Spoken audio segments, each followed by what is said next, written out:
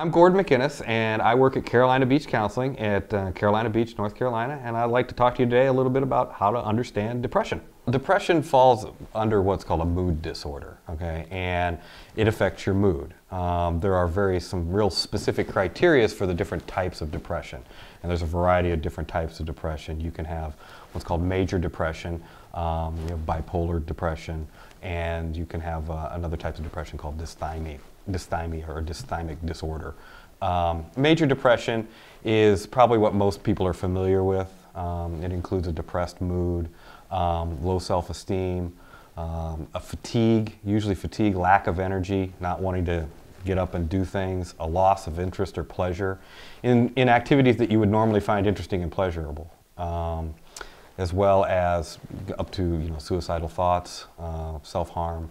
Like I said, a depressed mood most of the day, and it usually has to last up to at least 2 weeks.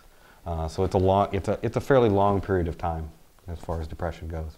There are a lot of different thoughts about what causes depression, but primarily, if you look at a biochemical kind of aspect of depression, you're looking at changes in your brain, and a lot of times it's changes in what are called neurotransmitters, which are the chemicals that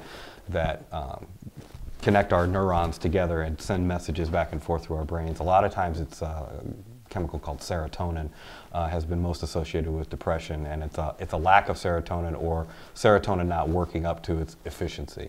And then there's some genetic components to it. If there's a family history of depression, then you're more likely to have depression yourself if your mom had depression or your father had depression, that kind of thing. It's what's called a genetic predisposition for it. It doesn't guarantee that you're going to get depression, but it's more likely that you're going to have depression. And then there's just your basic life events, stress, all those kind of things can add up and cause you to feel depressed, feel out of sorts. And it's a good thing to go seek professional help. That's some basic information. Make sure that you go and get some advice from a healthcare professional.